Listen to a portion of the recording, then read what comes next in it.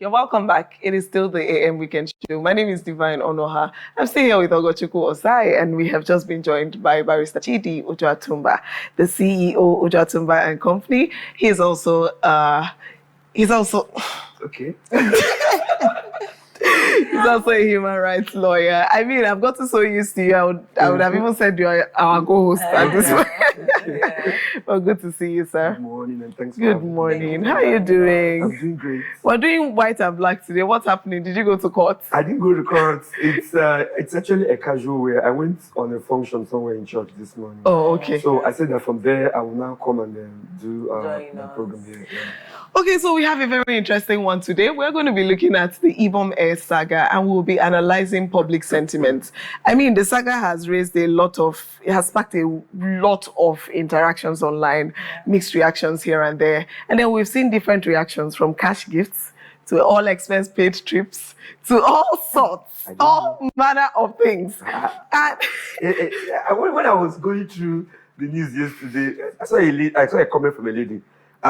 That she's going to slap somebody in such a way that they can give her. At this point, this girl. I mean, where is all this? At this point, we're going to be Quam 3s, Quam 4s, Quam 5s, Quam 6. Yes. But yeah, let me just give you a background story. So I watched the interview from a live witness, a witness who was on the plane, and he was talking about. Let me just give you a little bit of narration. So he said there on the plane, they were preparing to, take flight, and then the hostesses, the first one announced, switch off your phones, no airplane mode. They were specific about that. The next one now came, that's the one that they are battling with, and told the lady to switch off her phone. And then she said, okay, she will. Initially, she said, oh, it's on airplane mode. And then she said, no, switch it off. And then she said, okay, she will switch it off. But she was having issues with the power button or something. I'm paraphrasing. I can't really get the exact words. But yeah, she was having issues with her power button, and it's an iPhone, and she doesn't know where to find how else to go about switching off the phone. So the air hostess was saying, hey, you find it there, fine. So already, according to the eyewitness, she was already being really rude and really impatient with the girl. So meanwhile, the girl was calm, according to them, that she was very calm, and she was trying to find out how else she can go about switching off the phone since her power button is not working. So the air hostess now tells her, go to general, go to settings, go to general. And she was like, she cannot really find general, spell general, which is very weird. Yes, that's a very interesting part of the story. So that she should look for general. Spell general for her. So according to the eyewitness again, the air hostess was being really, really hostile to her. Okay. So, but she attempted spelling, she was like G-E. So they had to now intervene. I don't know how the whole thing sounded to them, but they had to intervene. Why are you treating her like that now? Why are you talking to her like that? And so the lady herself felt really embarrassed. Why are you embarrassing me? Why you? And then she got mad. So that was how she got triggered. And then so the air hostess walked away. Throughout the journey, the lady kept cursing.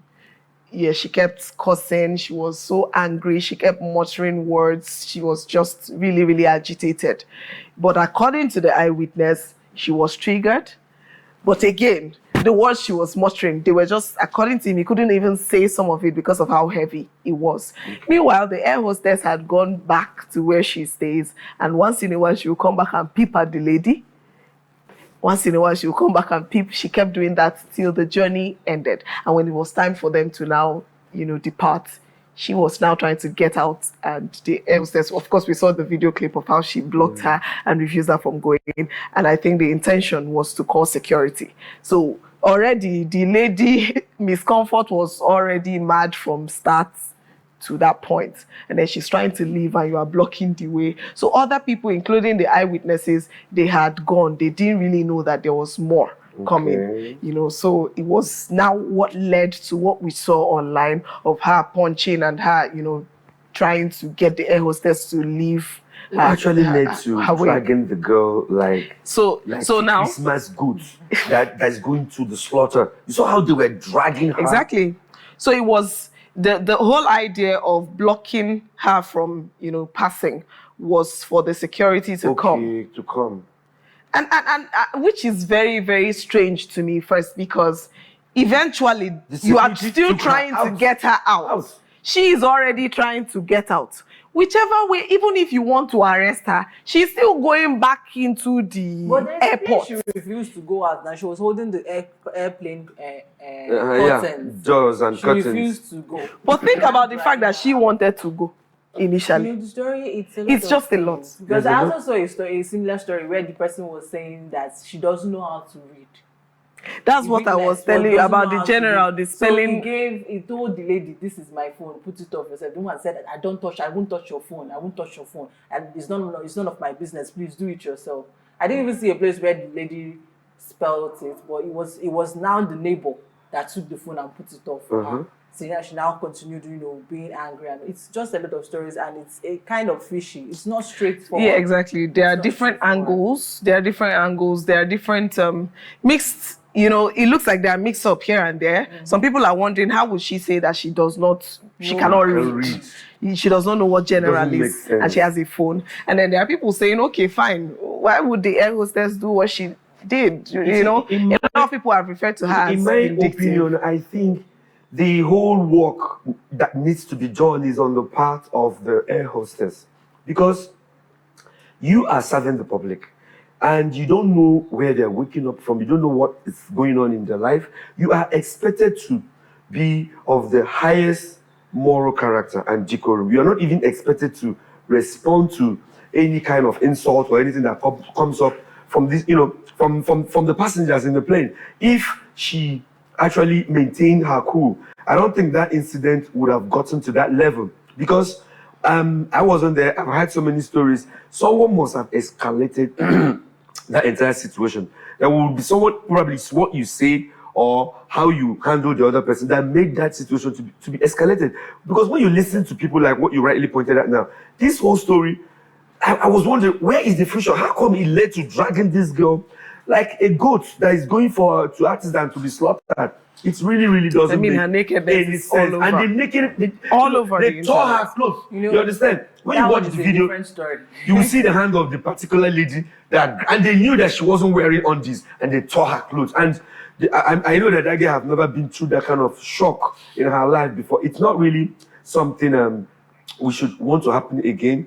I think in as much as she has been released from the custody, the Ibom Air should try as much as possible to conduct a good training for their air hostesses. This is where this whole thing starts, okay? Yeah. Yes, I know that if an aeroplane is about to take off or it's flying, it's important for you to put off your phone.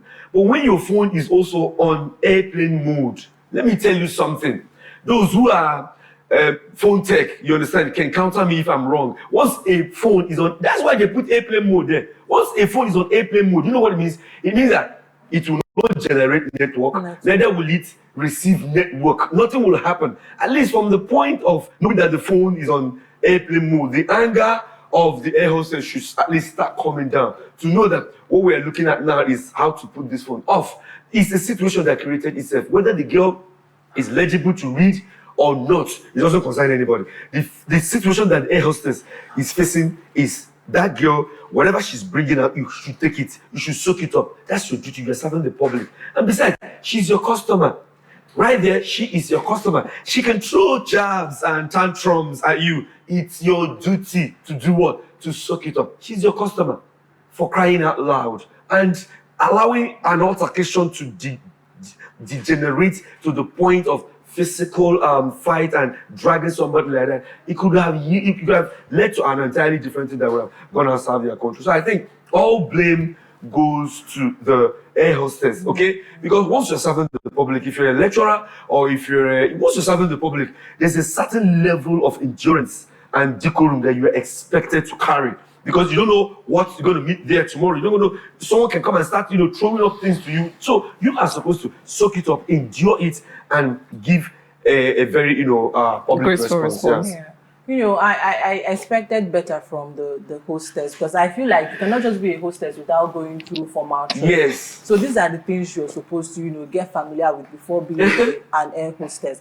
But away from that, we've seen how things have been handled. You know, we at first she was arrested, taken to Kirikiri. From there, we also Within 24 hours. Within 24 hours. From there, we saw that she was, you know, given a ban. Next thing, when people started talking, why would you do this kind of thing? We had a similar situation. They quickly hurried up and brought her they out. brought her out. Now we are hearing that she's being gifted. Is this how to handle things? I don't know. The whole thing was like as though it was a scripted event. And it was unfolding gradually. Before you know it now, they'll make her ambassador of one country. I don't know what's going on. Yes. Well, the most important thing there is I know that the aviation industry, there's a way they work. It's just like on one issue. When one did his own, and they now said they gave him a 6 months ban. Before you know it, the 6 months ban was reduced to 1 month ban.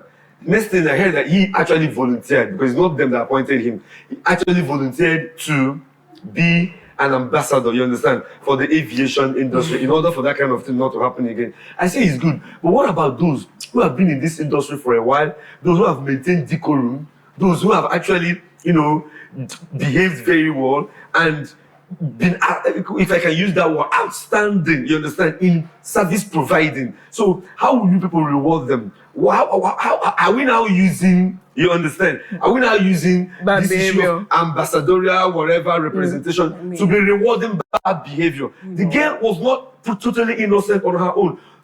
Someone who is also there said she had altercation problem that she can really, and I maybe has a special skill in insulting people or something like that.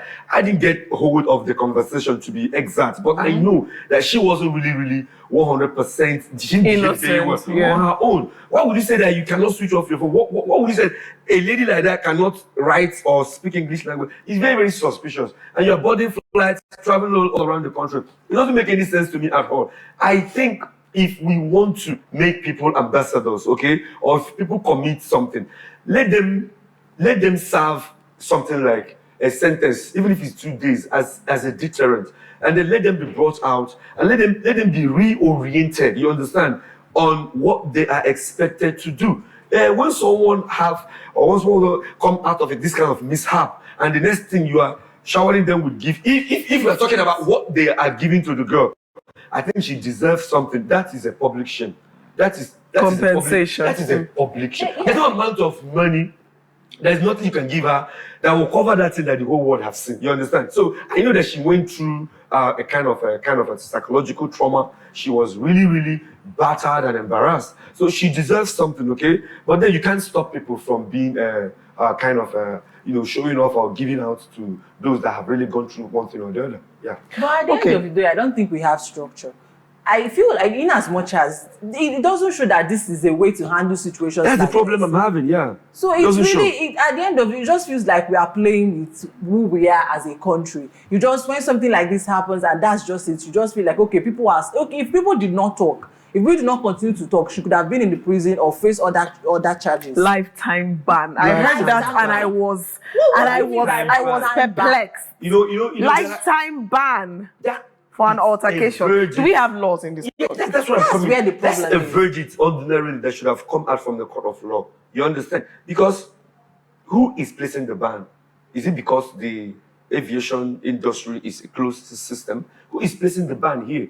That should have been something after proper investigation.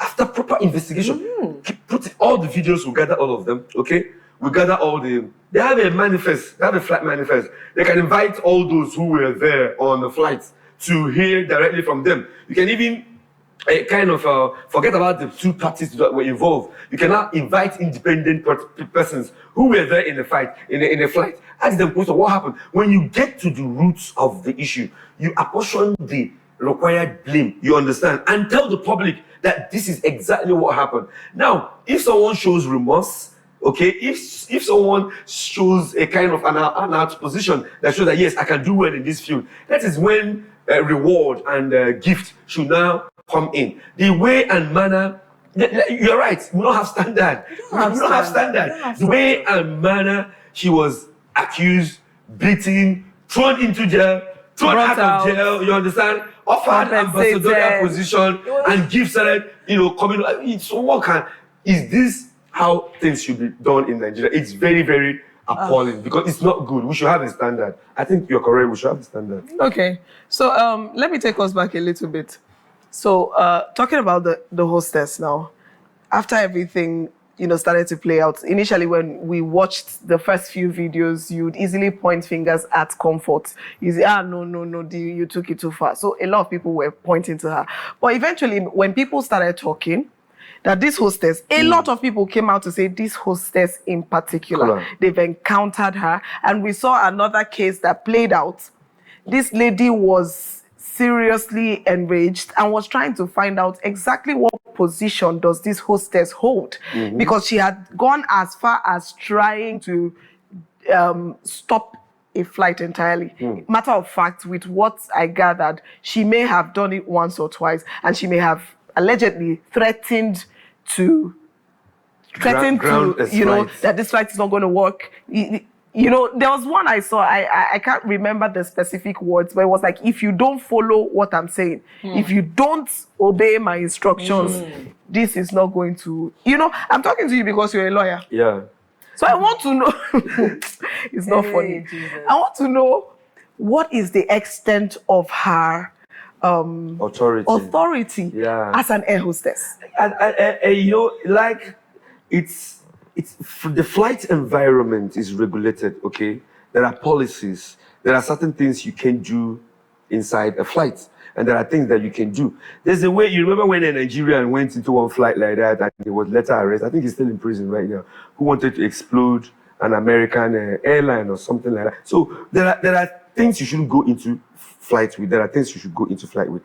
And the relationship now between an air hostess and a passenger on a flight should be regulated by these simple policies, like switching off your phone, you understand, and obeying them when they say that because once they are radioing you, it's also part of your safety. You should know that these things are the things that I should do for me to be safe, okay? Normally, I know that if a plane is about to take off, you are not supposed to leave your phone on because of interaction and all the rest of them. But if someone insists to not off his phone, the question now, can someone's phone that is on cause an airplane to crash? Definitely the answer is what? No. It's no. So if the air hostess was thinking, if he was thinking about the company that she was working for, thinking about the safety of every other person, thinking about the rights of the lady in question, I think these are the things that should make her now be controlled within herself, because the way she was dragged out of that place, let's take for instance that she have not been brought out from prison, it's actionable. Okay, it's actionable. I think section 34 of the 1999 constitution prohibits inhuman treatment, no matter what. Inhuman. If that dragging and that beating and that tearing of clothes, if it was done by police officers, definitely they will go in for it. I've sued so many police officers, you understand, whom I knew that during the process of trying to investigate a matter, they tortured the person who they regarded as a suspect. They tortured him. I had a case where somebody's manhood was brought out and a pin was pierced into it just for him to be able to talk. You understand? He was tortured. Now, in an aeroplane, that kind of thing cannot occur. But this air hostess, if these laws and regulations, you understand, if they're not well properly trained, because of the relationship they have with some people, because once you are in a flight, once in a while a governor can come in, once in a while a senator can come in, they have contracts. They are they know one or two persons in the high up there. It doesn't necessarily mean that there's a law that you as an air hostess, this is what you should do and this is what you should not do. But they are taking laws into their hands because of the relationship they have built in being over there. time. And most importantly, because it's a controlled environment. You need to get to the place where you're going early.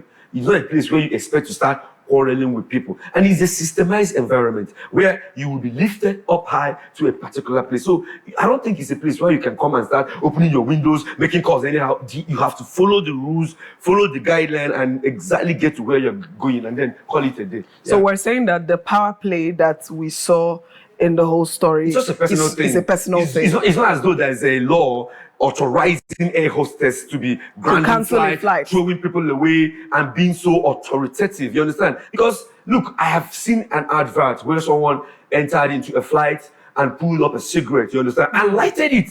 And lighted a cigarette. So the way everybody was enraged and the way they treated him, but probably they're trying to tell you that you don't even know where people are coming from. You don't know who they are. Obey the rules, okay? There are flight regulations. Obey them. Don't always be too angry. Don't show emotion, you understand, or anything like that. So the air hostess came and, spoke to the lady, spoke to the man in a very respectful way, you understand? And when he could not control the situation, he now informed the captain, the pilot.